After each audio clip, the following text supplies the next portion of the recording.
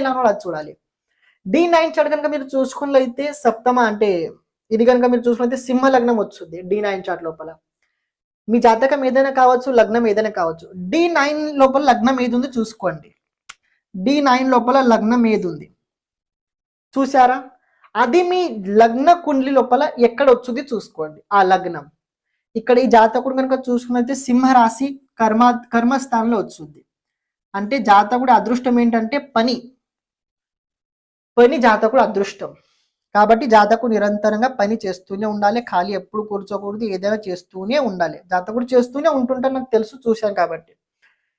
Come to point, శని కనుక చూసుకున్నట్లయితే ఉచ్చ రాశిలో ఉన్నాడు, తులారాశిలో ఉన్నాడు శనిదేవుడు. శనిదేవుడు ఇక్కడ తులారాశిలో ఉన్నాడు, గురు ఇక్కడ మేషరాశిలో ఉన్నాడు.